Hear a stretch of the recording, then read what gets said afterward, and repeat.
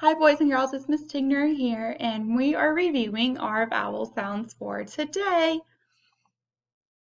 Our learning target for this week is I can demonstrate between short and long vowels. Boys and girls, this week we talked about our vowels, and our vowels are A, E, I, O, and U. And we talked that we have short vowels sounds and long vowel sounds, and when they are short vowel sounds, we can hear the sound that the vowel says in a word, and when that we have long vowel sounds, we hear the vowel say its name in the word. This week we talked about the short I and the short O vowel sounds. The short I says I in a word, and the short O says ah in a word. We also talked about long I and O vowel sounds. Long I says its name in a word, and long O says its name in a word.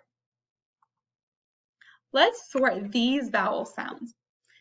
Let's see if these words have the short vowel sounds or long vowel sounds. We have the word ride, the word big, the word hop, and the word toe. Let's sort if these words have short vowel sounds or long vowel sounds. Are you ready? Miss Tegner is going to reveal our answer. So how would you sort these words? Miss Tigner made a chart where the words have short vowels and long vowels like our anchor chart.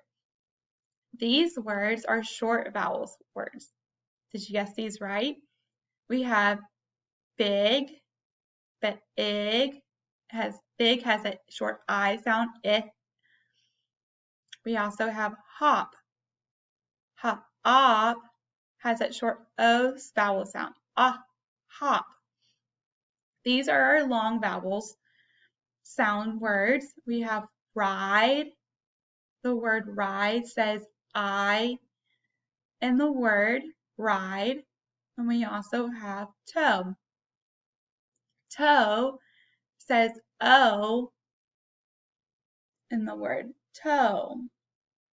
Good job, boys and girls. Thank you for listening for today, and I hope you have a great Friday.